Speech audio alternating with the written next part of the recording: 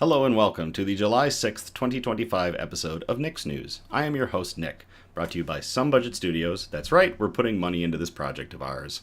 We're live every Sunday, and I thank you all so much for tuning in or catching the replay on the Nick's News not Facebook, the Nick's News YouTube page. This is a program dedicated to bringing good news to counter all of the bad news that we are bombarded with on a daily basis, with the hope of bringing a little bit of joy back to the world. Several of our articles are pulled from sites like goodnewsnetwork.org and goodgoodgood.co, but we appreciate everything sent in by you, the Nick's Newsies. Hello, Yave Ann. Hello, Becky. Hello, Nico. Hello, producer Donna. Hello, Joseph. Happy to have you all on board. Happy to have everybody that shows up tonight on board.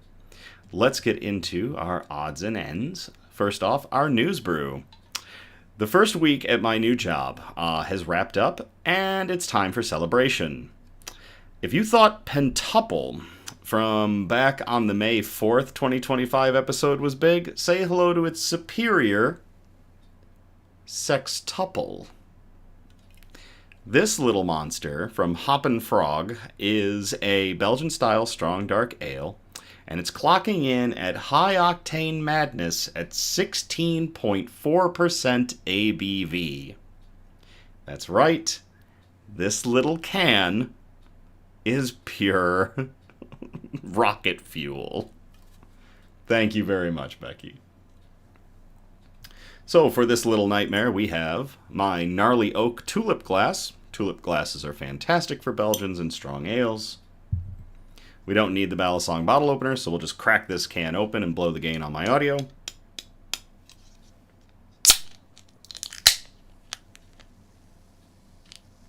Now the last one fizzed quite a bit. This one looks like it's playing nice.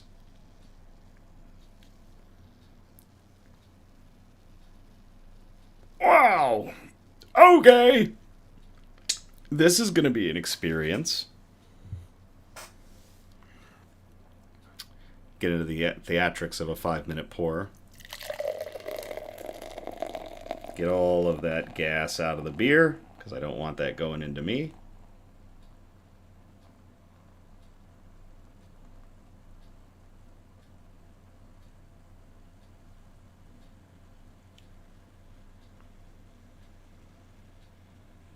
Good to the last drop. Come on. Every little bit out of there. There we go. It does. It kind of does look like cola or pop. There's a brownish, it's like a reddish brown, almost clear, beautiful color, wonderful beer.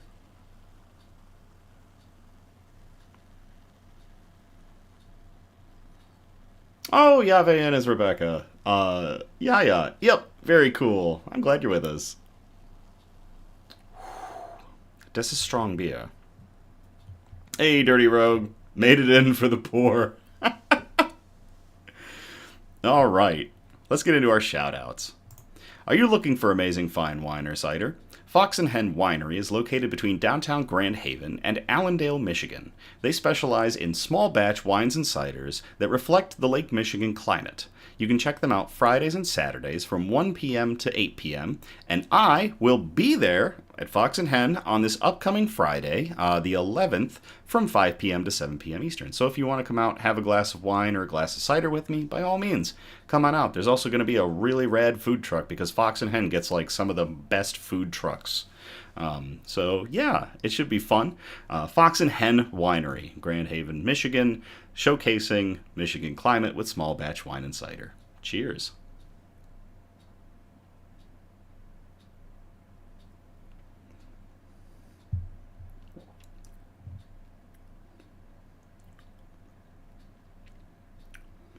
Yeah, we were going to do some recording after this episode for some future projects.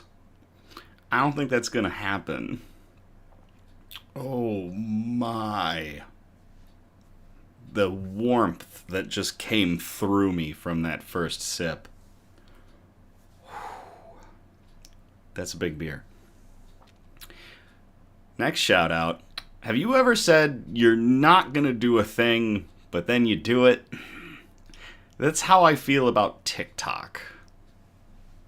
Well, there's a Nick's News TikTok now.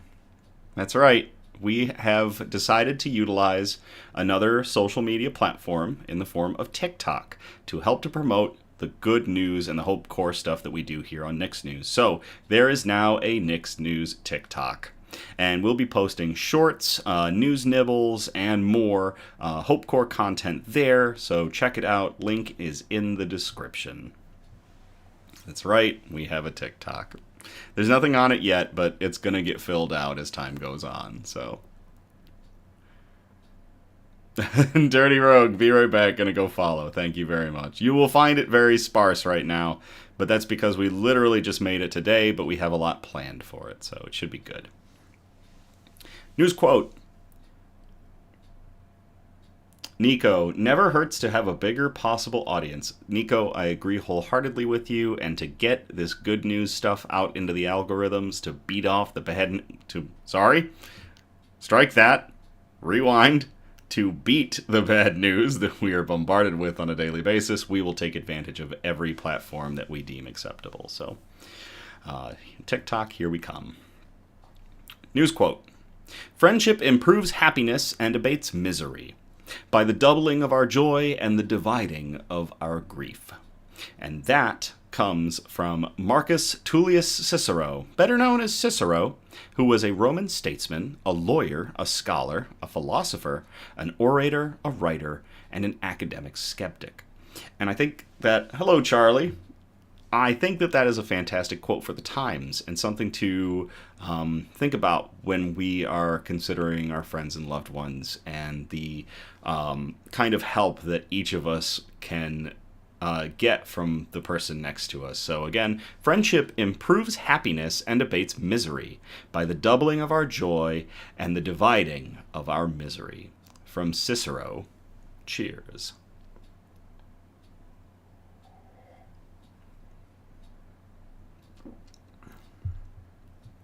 Oh. This episode's going to be litty spaghetti. Bug update. Elmira Hugging Kiss has finally awoken from her slumber. Finally. If you check out our Instagram, you will see a photo of her cute butt as she was retreating back into her burrow after I spooked her, after surprise finding her to be awake last week. So all of the bugs are active once again. The hugging champion of the bug world, of the bug club, has made her triumphant return. She's a little skittish. I haven't been able to get a very good picture of her. She may be a bit bigger. Overall, like lengthwise, she may have molted, but I can't tell until I get a good look at her. But her claws definitely, I saw her claws, and they definitely look a little beefier than I remember them being. She's a little flat right now, a little bit of a pancake, because she hasn't eaten anything in so long. So I'm hoping to get her bulked back up, and hopefully she'll come back out and grace us with her presence like she used to, and I'll get some really good photos of her. Before, she used to, like, absolutely love coming out during the time when I had the light on, and she just has not liked that at all, so we'll see what happens. Sue has become extremely paranoid, and he may be going through extended pre-molt, which means he's going to get bigger.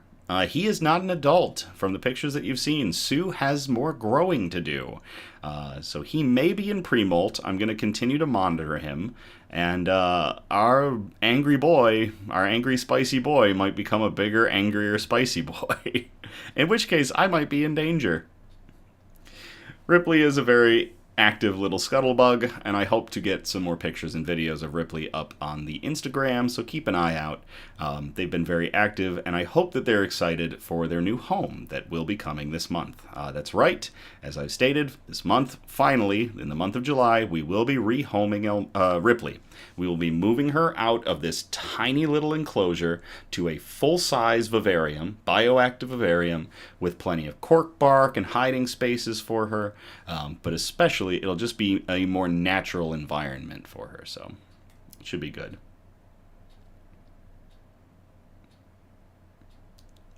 Big spicy babies from Charlie. Nico says, excited to see the new habitat. We're working on getting a new microphone too, like a lapel mic that I can clip on, because one of the things that we had when I did the Sue rehome, talking to the microphone just was not working as well. So we're hoping to get a lapel mic. That'll be much better for that. So, hey, Fry. All right. Well, let's get into our good news. Our broadcast is broken up into 4 major categories, and those categories are science and technology, health and medicine, flora and fauna, aka plants and animals, and wholesome notes, the really nice articles that we like to end on. And I love when you all stay throughout all of them, but let me tell you, you're gonna want to see this last article we've got in wholesome notes. Oh my gosh. So, we are going to start in category 1, science and technology. This first article was sent to us by Cassidy, and we called it Saving Trees 1 Grain at a Time. I will copy and paste this into the chat if y'all want to read along.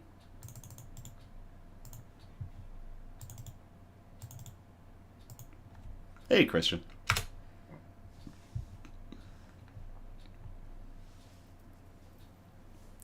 Innovative developer unveils remarkable alternative to wood that could change the future of construction.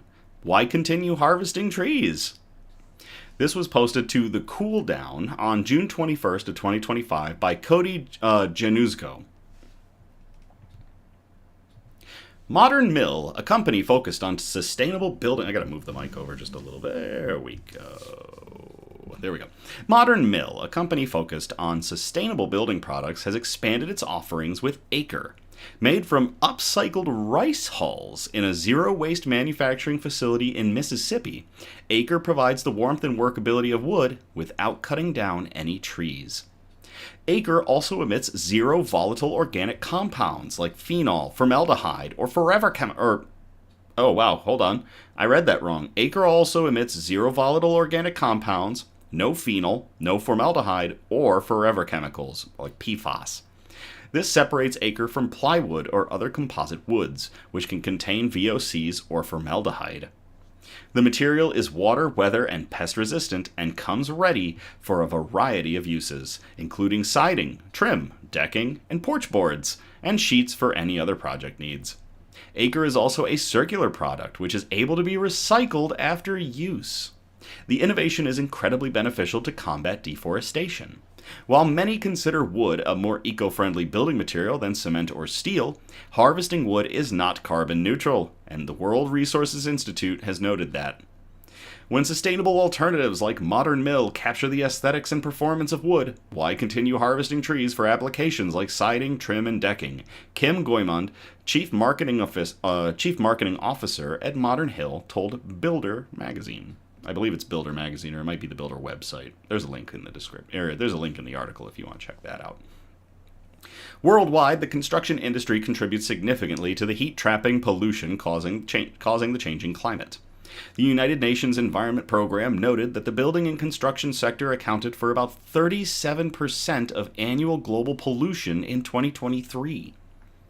According to the World Economic Forum, the building and construction sector is the key to fighting the worst effects of human-caused rising temperatures, and efforts to decarbonize these sectors can lead to $1.8 trillion US in global market opportunities. As Modern Mill works to reduce pollution in the construction space, Acre has been named a Green Builder 2025 Sustainable Product of the Year, marking the company's second time on the list. So they really are they're really trying. Modern Mill is committed to creating sustainable building materials and that not only meet the aesthetic and functional needs of our customers, but also contribute positively to the environment, Goymond said in a press release. Acre is available for purchase for anyone who would like to take advantage of the innovation in their building projects. That is really cool. Modern Mill is the advancement of the best of wood, the best of PVC, the ease of workmanship. You can cut it, you can paint it, you can stain it, and this is available in all the different profiles, remarked Chip Wade, expert craftsman and celebrity designer in a Modern Mill video.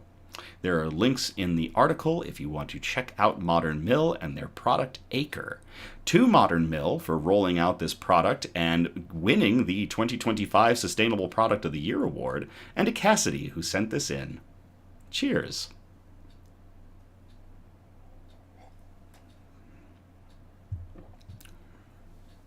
As some of you know, I love construction. I love sustainability, so this one was a shoo-in. This next one we called To Boldly Go. And I'm going to copy and paste this into the chat if y'all want to read along.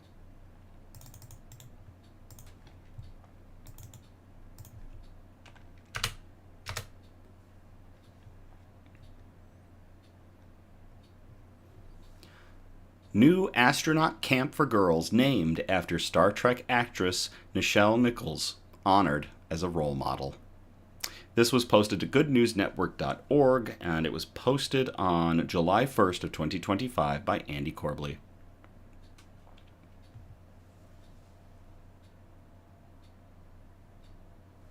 Somebody behind me just made a noise.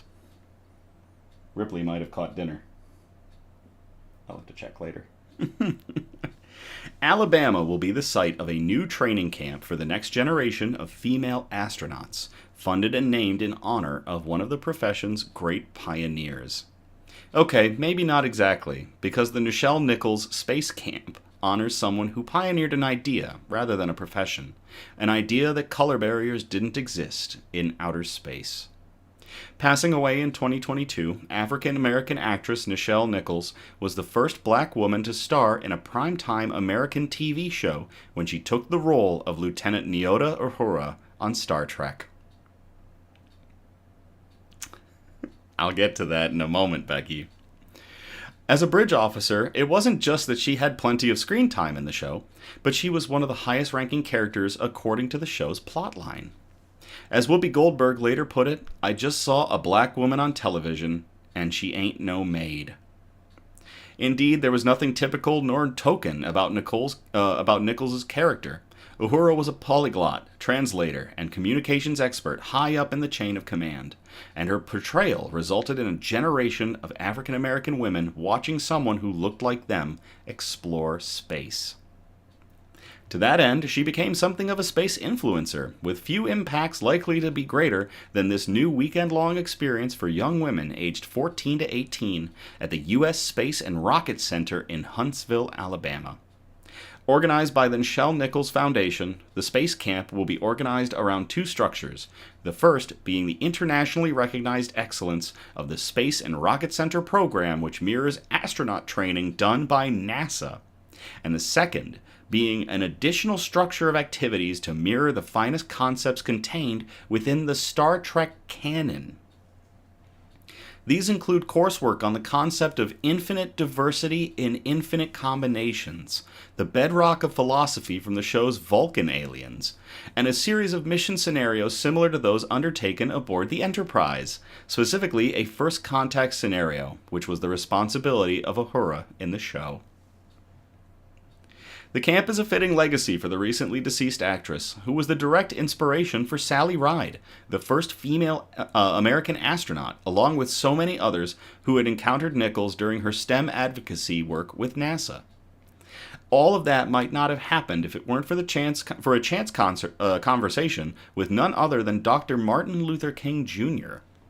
Nichols, according to multiple sources, planned to leave Star Trek in 1967 after its first season, but changed her mind after talking to Dr. King, who explained it was his favorite show along with his 3 children, and that her character signified a future of greater racial harmony and cooperation. The casting was totally open, Dr. King pointed out. If she didn't play Uhura, they didn't need another black woman. They could replace her with anyone, even an alien. Nichols took up the mantle of barrier breaker on board the Enterprise, thanks to creator-director Gene Roddenberry. In the 1968 episode Plato's Stepchildren, Lieutenant Uhura and Captain Kirk kiss, which became one of the first scripted interracial kiss scenes in American cinematography. But there's more. The original intent was to film a scene that ended in a kiss, and one which ended without, and then allow the network to decide which one to air. Nichols and William Shatner agreed, it has since been learned, to flub every non-kiss take and thereby force the network's hand to include the kiss.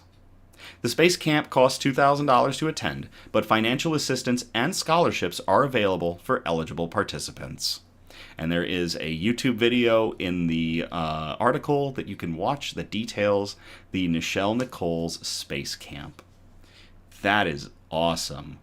To the Huntsville, Alabama U.S. Space and Rocket Center in memory of Nichelle Nichols, one of the, an unbelievably influential African-American actress. Cheers.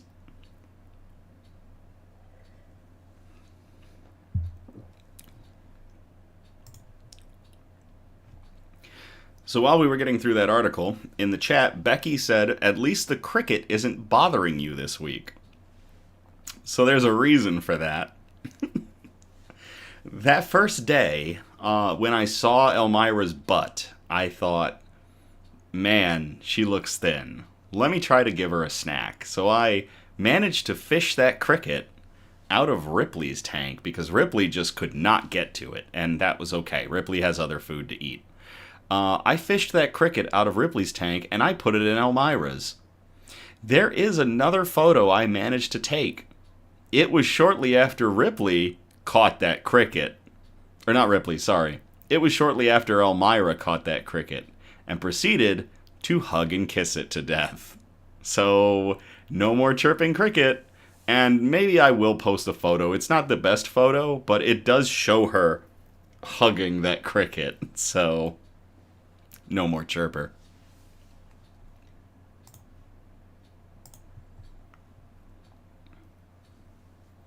Charlie, oh dear lords, that smile is diabolical.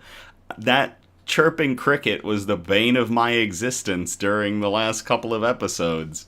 He's finally gone because Elmira woke up.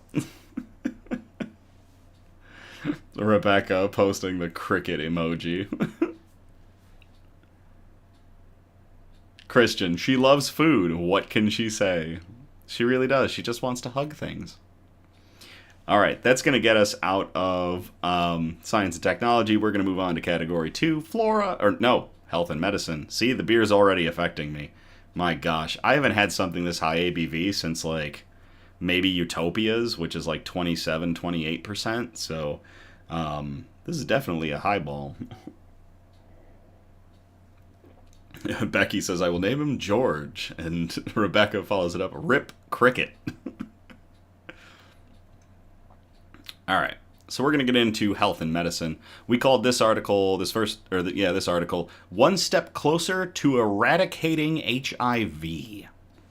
Pretty much straight to the letter. And this one was sent in by Eliza. So Eliza, thank you so much for sending this in. I will copy and paste this into the chat if y'all want to read along.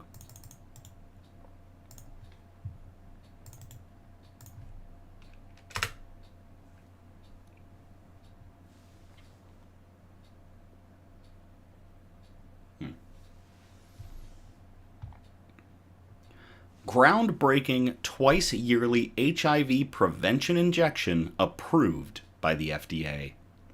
This was posted to the UNC School of Medicine, and it was posted on June 26th of 2025.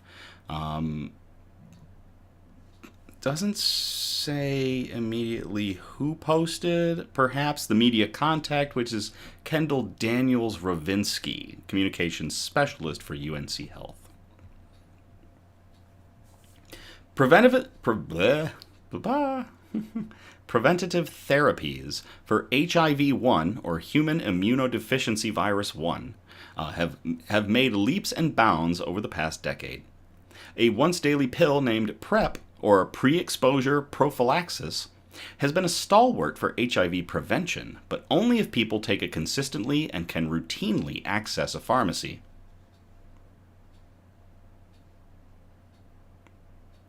Producer Donna says, a lot of time press releases don't give author credit. Understandable. In 2022, Gilead Sciences Incorporated received U.S. Food and Drug Administration, or FDA, approval for lenacapavir, which is a twice-yearly injectable medication for adults with multi-drug-resistant HIV. A number of clinical trials have shown that this medication could also serve as a preventative medication, one that can specifically help those struggling to pick up their prescriptions or stick to a daily pill regimen. Now, the well-tolerated medication has by the FDA has approval. Sorry, the well-tolerated medication has approval by the FDA as a new preventative medication for all adults, as well as adolescents weighing at least 35 kilograms. Let's do the conversion real quick on that to freedom units. That equates to 77.16 pounds. Who are at risk of acquiring HIV. Joe Aaron, MD, the Herman and Louise Smith Distinguished Professor of Medicine and Director of the Clinical Core at the UNC Center for AIDS Research, played a hand in the clinical trials leading up to the FDA approval of the medication. "This is game-changing development in our field," said Aaron, who was principal investigator of the clinical trial site at the UNC School of Medicine. "I honestly think if public health and medical institutions can deploy it to rural populations, this medication could help end the HIV epidemic, not only in North Carolina, but in the United States overall." The injection, which boasts a 6-month-long period of effective protection, will help mitigate healthcare access gaps and prevent further infections brought on by low medication adherence. Here in North Carolina, the HIV epidemic still lingers. About 38,634 people are living with HIV in the Tar Heel State, placing North Carolina in the top 10 in terms of nationwide HIV rates. The bloodborne infection can be transmitted through any form of sex or the sharing of needles or syringes with an HIV-positive partner. Not all sex, anal or vaginal sex. We might get struck for that one. Who knows? We'll see what YouTube does. Certain groups of people are more likely to get HIV than others, depending on their behaviors and geographic locations. Infectious disease researchers and physicians like Aaron have seen that HIV disproportionately affects those living in rural, underserved areas in the South, especially young men of color who have sex with other men. This is because many rural areas of the South are considered to be healthcare deserts, or areas where people cannot easily travel to pharmacies, primary care providers, hospitals, and low-cost health centers. These can pose a huge challenge for people who need to grab their prescriptions, and to do so discreetly. North Carolina is no exception to that, said Aaron. We see that young men of color who have sex with other men are not comfortable with taking PrEP due to stigma and lack of healthcare access. This long-lasting injection is critical because it can be given in a private medical setting just twice a year. Nico says, hopefully not. It's in an educational context. That is true. Christian followed up, let's be frank, YouTube is ass backwards in most cases. Yes, it is. In the summer of 2021, researchers initiated 2 different Phase 3 multi-center trials to study lenacapavir's safety and effectiveness for PrEP in highly vulnerable populations, Purpose 1 and Purpose 2. Purpose 1 enrolled 5,000 sexually active women throughout Uganda and South Africa to determine how lenacapavir fares against Gilead Sciences Incorporated's once-daily Truvada, which is an emtricitabine tenofovir disoproxyl fumarate. We're just going to call it Truvada. There's a reason that drugs get catchy names. It's because their actual names will turn your tongue sideways. Nico says, still better than Facebook. So did producer Donna. So for Purpose 1, they were putting lenacapavir up against Truvada and Descovy. And I think we've actually talked about Descovy on a previous episode of Nick's News. Researchers published their results in the New England Journal of Medicine in July of 2024. Lenacapavir was shown to be 100% effective. with 0 infections across 2,138 participants. The injectable medication also demonstrated superior prevention of HIV infections compared to those who received once-daily Truvada. So note that Truvada's daily, and Descovy is also daily. Lenacapavir is a 6-month injection. There's 2 injections, 6 months of protection. 100% effective. The Purpose 2 clinical trial was designed to test the efficacy and safety of lenacapavir for PrEP in cisgender men and gender-diverse individuals, transgender women, transgender men, and gender non-binary individuals who have sex with men. The trial had a wider international scope compared to Purpose 1 and took place across 92 sites in Argentina, Brazil, Mexico, Peru, South Africa, Thailand, and the United States. Yet again, lenacapavir demonstrated high efficacy in participants.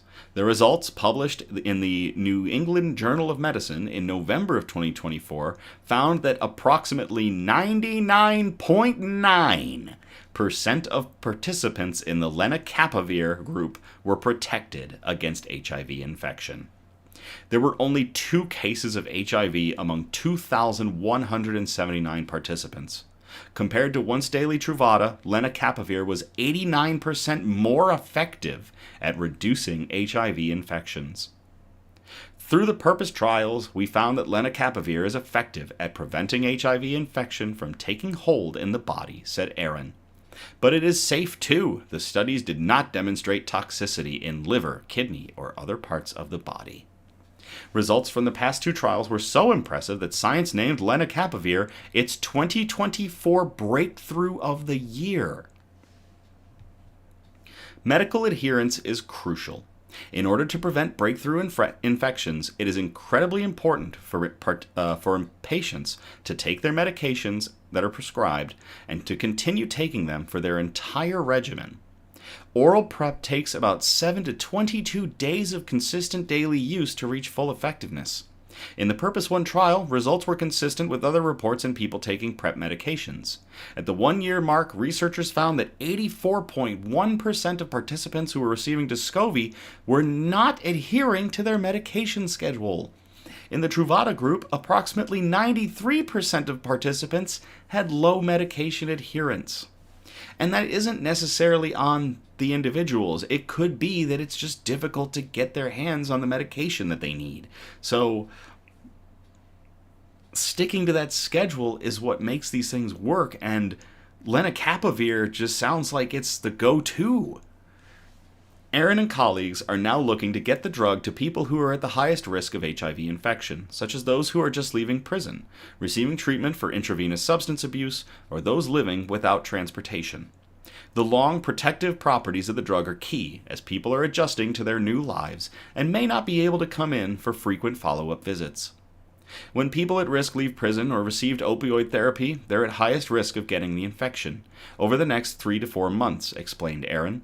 A single shot could actually be the protection they need to keep themselves and their partners healthy. That is crazy. To everybody involved at the UNC School of Medicine for determining that lenacapavir can serve as an almost, in both trials, 100% preventative for HIV. And to Eliza for sending in that article. Cheers.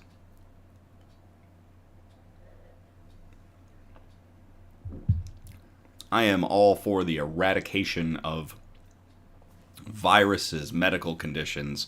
By all means, let's get rid of HIV. Let's get rid of diabetes. Let's fix these things. So, any of these articles, fantastic articles.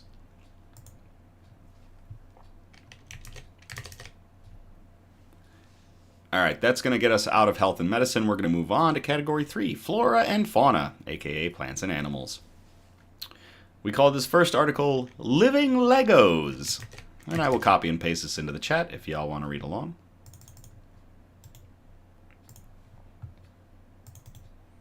Nico says, I'm excited to see It's come so far. I am too. It is every single one of these HIV breakthroughs that we've had over the last decade have just moved the needle closer to getting rid of this, and being able to protect and save so many lives. So, just another thing to be, that we can do away with.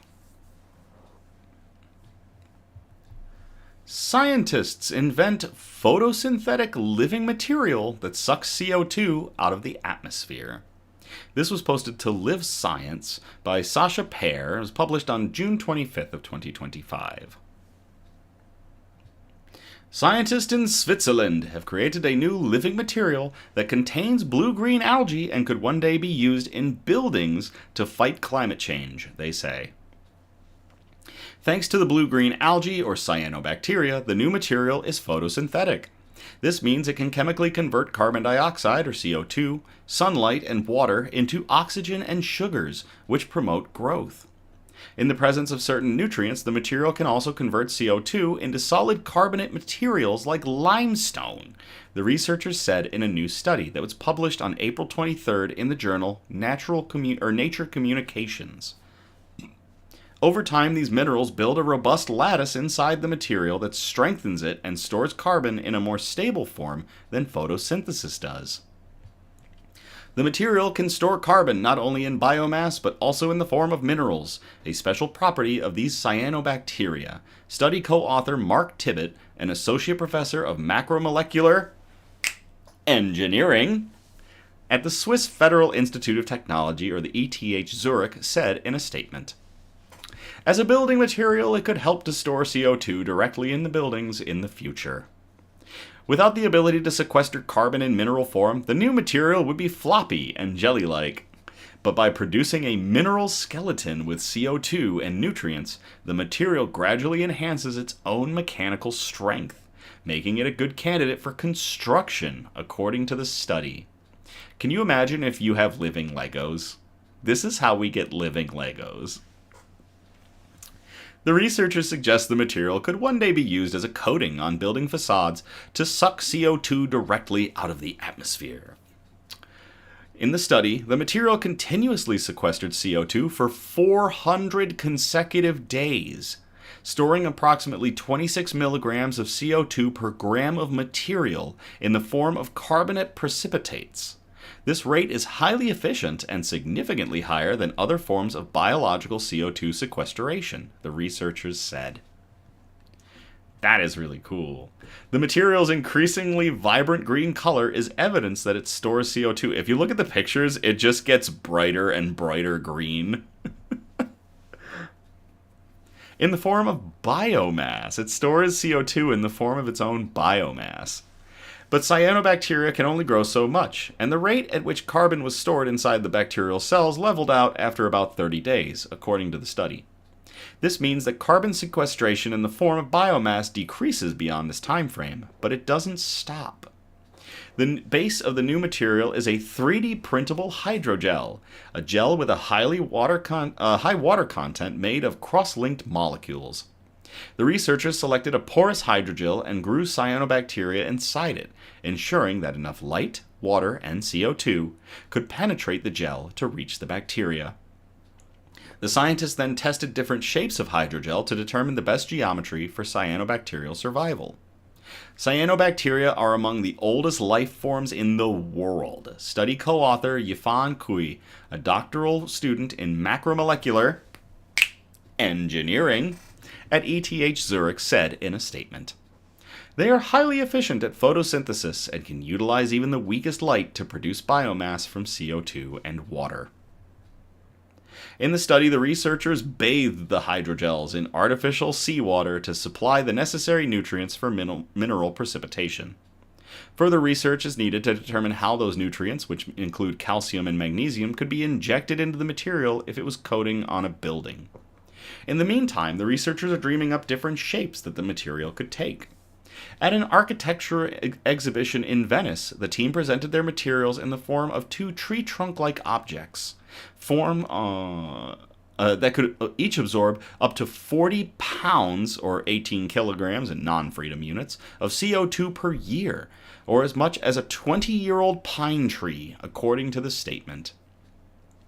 It might be possible to genetically engineer cyanobacteria to increase their photosynthetic rates before embedding them in the material, the researchers noted in the study. So we could goose the cyanobacteria just a little bit. We see our living material as a low-energy and environmentally friendly approach that can bind CO2 from the atmosphere and complement existing chemical processes for carbon sequestration, Tibbet said. That is really cool.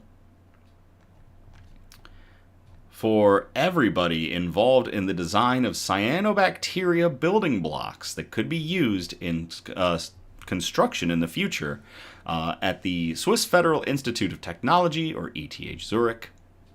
Cheers.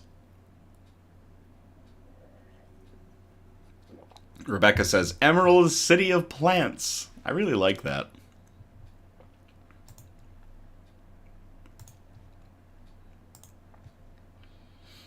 Okay, we call this next one, The Waters from Whence They Came. And I will copy and paste this into the chat if y'all want to read along.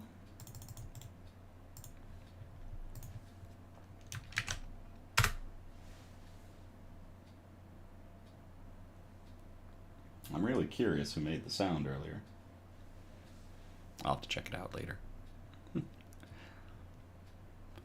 Hundreds of endangered fish return to habitat after the Palisades fire rescue. This was posted to Yahoo News on June 18th of 2025 by Travis Schlepp. Hundreds of endangered fish that were rescued from their habitat due to the Palisades fire have returned home after being held for several months at 2 local aquariums. The endangered northern tidewater gobies returned to the Santa Monica Mountains this week after being left in the care of the Aquarium of the Pacific in Long Beach and Heal the Bay Aquarium in Santa Monica since January.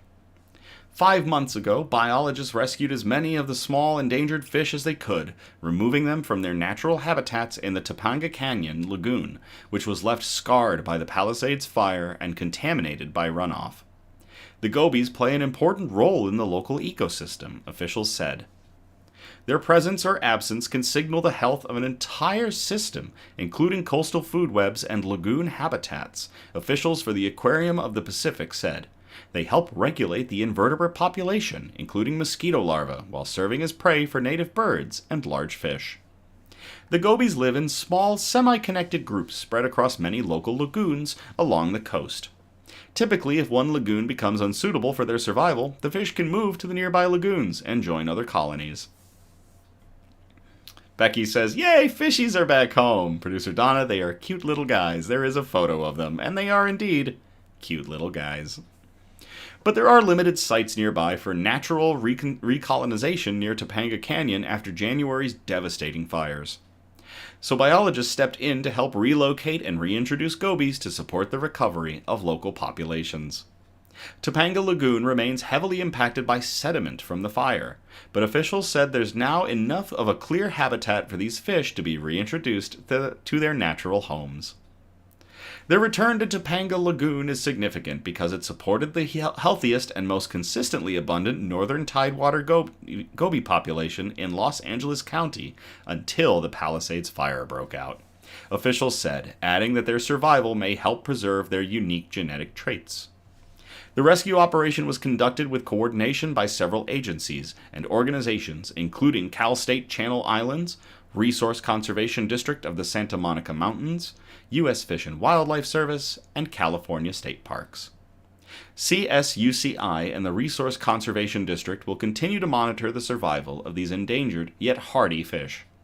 This group of fish are small but mighty, and they have physically grown so much during their time here, said Stacy Hammond, Aquarium of the Pacific, who helped with their release and care. They've returned back to their homes, more resilient than ever. Hundreds of southern steelhead trout, another endangered fish species, were also removed from Topanga Creek due to the Palisades fire. Officials from Fish and Wildlife said their previous waters may remain uninhabitable for years. So it is good in this situation, at least, that these gobies were able to go home. To everybody involved with getting the gobies home, cheers.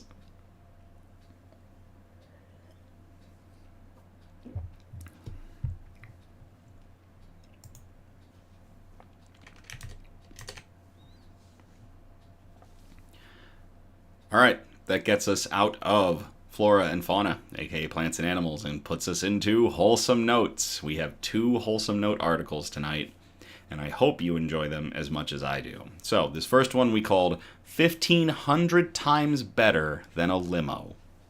And I will copy and paste this into the chat if y'all want to read along.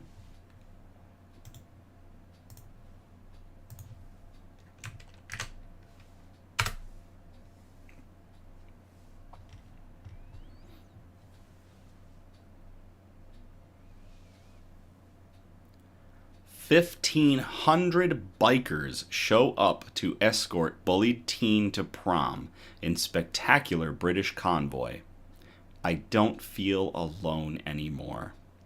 This was posted to Good News Network. This was posted in goodnewsnetwork.org on July 5th of 2025. More than 1,000 motorcycle riders answered the call to escort a bullied teenager to his prom, forming a spectacular convoy. As a result, Josh Duff made an incredible entrance arriving to his prom last week. According to SWNS News Agency, the 16-year-old from Swindon, England, had been struggling at school after not fitting in due to learning difficulties. So his motorcycle-loving dad, Craig, sought support from a local biker group to cheer up his son. The family was overwhelmed, and Josh was over the moon when around 1,500 compassionate bikers showed up. Wearing a one-of-a-kind black suit made by his mom, Josh said, "I never in my wildest dreams imagined this many bikers would be in one place for one person."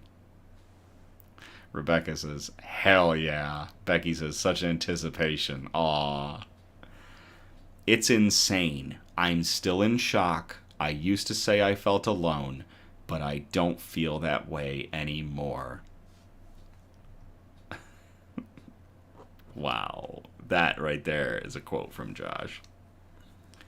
The family expected around 50 bikers to show up on Friday, but were overwhelmed by the response. The bikers then lined up to take photos, shake Josh's hand, and pass on some kind words. Others brought birthday cards for the lad, who turned 16 the next day. The last 3 years were very difficult for Josh, but he kept going, did his exams, and now he's all done, said his mother, Frances. "We can't thank Swindon enough. I'm so emotional. As I turned the corner and saw everyone, and I heard, 'This is for your boy,' I was speechless," she added. Onlookers eagerly snapped photos of the enormous crowd of leather-clad bikers gathering. "I know bikers are family, but this is extraordinary. We've had messages from all corners of the globe." Bullying is prevalent in all schools, but SEN children, special education needs children, have the worst experiences because there's not enough understanding of their situations. I hope this changes things. Josh has epilepsy and autism, but wants to become a pediatric therapist so he can help other kids like him. After the strong showing of support last week, the parents set up a modest GoFundMe page to help fund his future, with $1,500 raised so far. The love and support from this community and the stories we have heard from people reaching out to us because they or their children were bullied as well, it's overwhelming, said his proud father. Josh has some advice for those families too. With the bullies, if you just ignore them and power through, you can expect great results. To Josh Duff, his parents, and the 1,500 bikers that showed up to escort Josh to prom. And to Josh, having a happy birthday today. Yeah, this article was posted yesterday. It said their birthday's the next day, so the birthday's today. To Josh, cheers.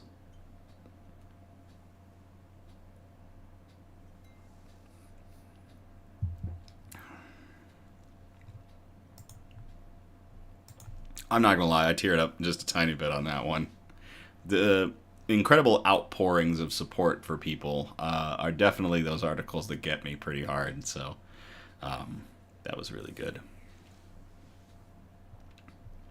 But now we're on to our final article of the night. And we called this one Heckin' Good Mailman?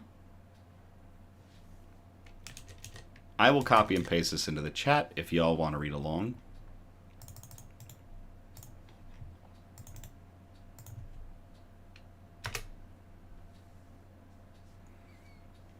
Oh, don't say that, Producer Donna. She just said, oh, just wait if that one got to you. Yeah, this one's gonna level me. Grab your tissues, folks. Christian says that's a twist.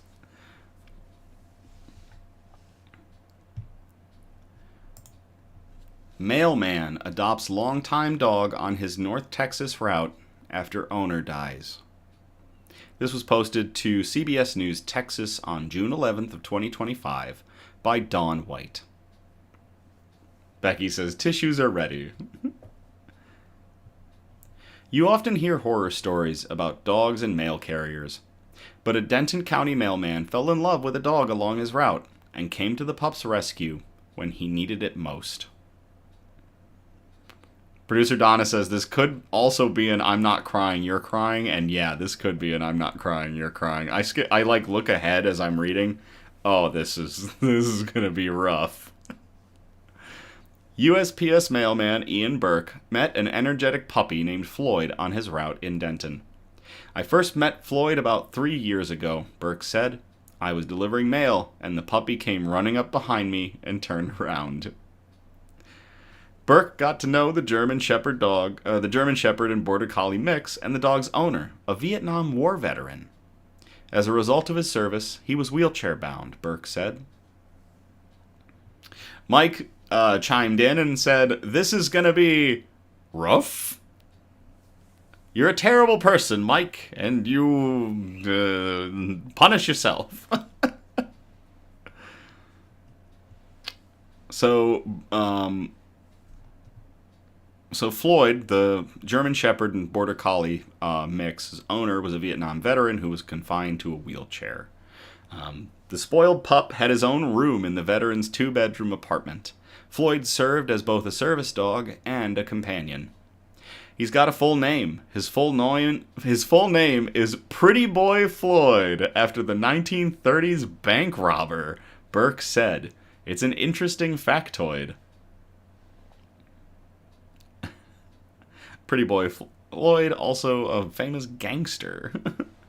Floyd, however, stole Burke's heart instead of robbing banks. He loves to hug me. This is kind of like his hug. He treats everybody like a friend, like you've known him forever, Burke said. Burke began to panic when he got a concerning call over Memorial Day weekend. I heard a coworker talking about this dog at the shelter, and the description that he was giving matched Floyd. I said, hey, are you talking about Floyd? He said, yeah, Burke said. City of Denton Animal Shelter Volunteer Coordinator Jenny McGee said they immediately heard from Burke and Floyd's groomer. His hold was up on a Monday morning, and that particular person named Ian was here at the front door on that Monday morning, McGee said. Floyd didn't have to stay at the shelter for long. The pup went home, and this time it was with his longtime mail carrier. Based on the media that's out there in the world and some old wives' tales, mailmen and dogs don't always get along, McGee said. It was great to not only see that Floyd found a wonderful home, but also that the old myth about mailmen and dogs isn't always true. Floyd is now looking forward to many more years with Burke and many more balls to chase. I'm honored to take care of the dog of a former customer and give him a good home, Burke said. I strive to give him just as good a home, if not better. The man who watched Floyd grow up over 3 years now calls him a fur son and shows others along his route that sometimes dogs really are a mailman's best friend. Burke said he has all good girls and good boys on his mail route and loves interacting with the animals. He brings treats and feeds many of the community cats in Denton. Charlie shouted, my heart. Becky flooded the area with crying emojis. Producer Donna sniffled a little. And Rebecca said, I'm not crying, you're crying. Mike said, okay, that was beautiful. Nico, doll, what a good human. What a good human. That right there. Producer Donna, I told you guys, it's such a great story. It really is. To Christian, if anyone gets a flood warning around the Muskegon area, sorry about that. Oh, man. To USPS mailman Ian Burke, and to Pretty Boy Floyd, the dog who gets a second chance with the mailman whose heart he ensnared. Cheers. Not all heroes wear capes. And I'm not crying, you're crying.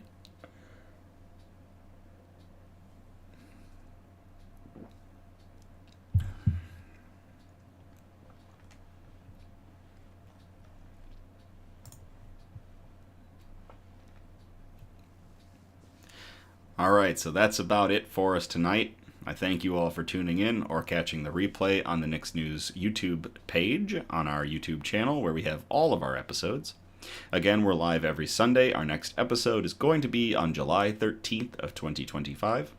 We encourage participation, so by all means, if you feel inclined, you can send us suggestions for news brews, for shoutouts, for news quotes, and of course, good news articles that we can present on future episodes. If you send a bunch of articles, we'd like to have them spread out across our 4 categories, and those again were science and technology, health and medicine, flora and fauna, aka plants and animals, and the wholesome notes like those 2 tonight that just brought a couple tears to our eyes. You can message us on Facebook or Instagram, or you can email us at somebudgetstudios@gmail.com. Links are all in the description. Feel free to like, subscribe, or comment on our content on YouTube or our YouTube videos or any of our social media content so we can get good news and joy out into the algorithm. Please, no SEO improvement advertisements, though. We're not looking for that kind of stuff.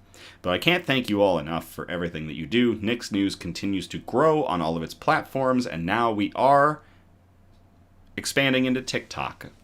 We will be using TikTok mostly for news nibbles, but also nice little shorts and little ads to continue to push the boundaries of hope, core, and good news and getting that out into the world to combat all of that bad news that we are bombarded with. And now more than ever, I think we need to push for good news. So, Becky said, thanks, Nick and Donna. Thank you. Like and share and sub. People have shared, sub. I can't thank you all enough for everything you do. It's so amazing to see just everybody with us and continuing to help us grow. So hopefully we will just keep on that track. And I feel like we've got a great group. So thank you all again. As always, thank you. I love you all. Have a great night. And I will play us out.